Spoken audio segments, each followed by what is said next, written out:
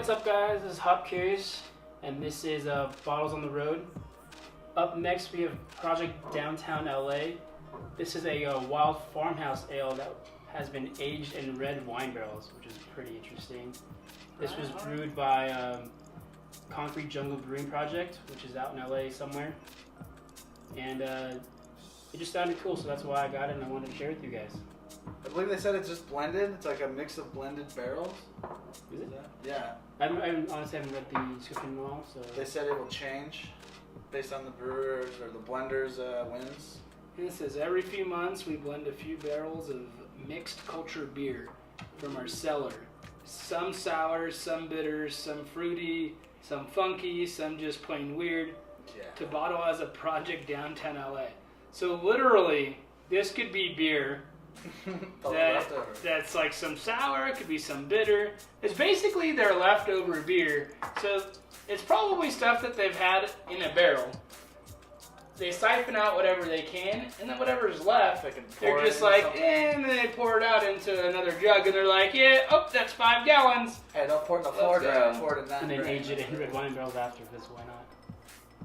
I'll give them credit to this, though. That's smart on their part. More efficiency or better efficiency.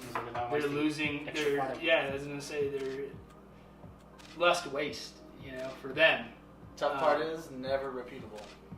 Yeah, but... So this why bottle... it's beautiful. Yeah. But that could also be the best part, though. Yeah. Is that what if it's amazing? It'll never be the same. You could get close to the same, but it'll never be the same because everything's different every time they have whatever cellar beer they have. Wow. It says maybe highly carbonated, but yeah, man, they don't tell you any alcohol percentage on it. Oh, there it is. 6.9. Right under the label. Right under the name. It's blue, so it blends in with the bottom of the label. Okay, what? 8.9? 6.9. So that's how. Told you no. Like, yeah, that's how hard it is to read. It looks almost like an A. Surprised they calculated AKA, it. They would have had to get percentages from each one. Ooh, so is this an average? An average and all that. Yeah, I was gonna say it's probably an average. Funky. Yeah. Sour. I'm looking forward to. I was gonna say, yeah, it smells funky. It's kind of got like an interesting, like not just a soury smell. I like that farmhouse smell for sure. I feel like. Okay. Because it's kind of. But like, you smell the sour. Belgian. Yeah, I was gonna say, and you smell like I was about to say a little bit of Belgian-y or like. The banana. Like a banana. Yeah, the banana. Yeah. The banana-y. I like the color. But then it is sour. Such a golden color. Oh, you smell sour. I'm smelling sour, but it is still the Belgian-y banana-y smell, but it's like a sour version of that. I wonder how much of this color came from the barrel. Not a huge fan of sours, so let's see how this actually goes. Non-offensive. That'll wake you up. It's not that sour though. It's more like it's a good blend. The sour that I'm getting is more of like an apricot sour, like that kind of like tartness. Like not tart, necessarily like oh man, like I've had some sour beers where I'm like whoa, right, like makes your face like crunch up, like this, not too offensive. A little bitter, so obviously whatever bittering ale they had in there. Curious what it started. I'm honestly very curious to try to see if you could find just all of the different types of stuff that they mix in here. Like, can you tell that's whatever is the sour or whatever is bitter or like fruity, I mean some funky, some just plain weird, like right. They're not even telling you, like it could be a good mixture of like pale ales to a lager to a pilsner to a sour to a Belgian to it could be any type of ale that they had just sitting in their cellar. They blend a few barrels of mixed cultured beer. So they pull out their beer, whatever they have in their cellar, which could be beer that's just sitting in a fermenter. That could be just an American ale. Would be a mix of the different cultures. Right.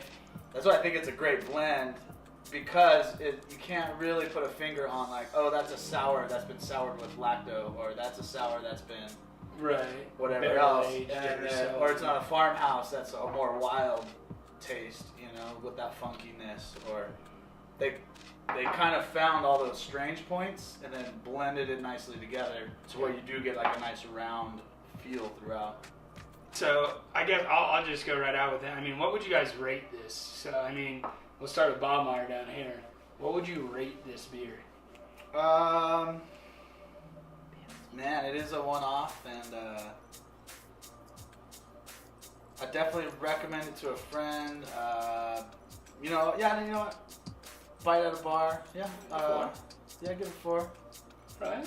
Definitely buy it at a bar, not that you really find it, but yeah, if I were out in the streets in the concrete jungle, for sure, and saw one of these just lying there, I'd pick it up, and you know. If you were bottle hunting. Bottle hunt. If I were out bottle hunting, hitting the roads, yeah. Give it a solid 4. What about Probably you? more, but I gotta run down. What about you, Jeff Law? What would you give this? I think I'm having the same problem Bob Moore's having, is because it's so unique, you want to rate it high. Because you probably never have this beer ever again in your life, right? So you want to give it the 4, you buy it at the bar, you see it, you buy it. But as a beer in itself, it's still pretty good. It'd be like a high 3 going towards the 4. Okay, alright. You know? So I'm going to rate it, 4, buy it at the bar, because it is good and it is unique and you can't get it. But, I mean, as a beer in itself, maybe you go a little lower than that. Maybe. Definitely raises an eyebrow for me and makes me want to go check out that brewery. Yeah. So, way to go. Solid impression. I would say, man, if I'm gonna rate this beer, I'd go with. I'm like Jeff. I'm in between a 3 and a 4. I would say the big thing that's obviously with all of us is it's a rare beer, something that you can't find, something that's hard to find, right? So it is a 4 just for that sense. Beer-wise, if you're just talking beer, this to me is like a 2. Thank you all for watching Bottles on the Road, Lake Arrowhead Edition. Comment, like, subscribe down below. We are HopCurious. Stay curious.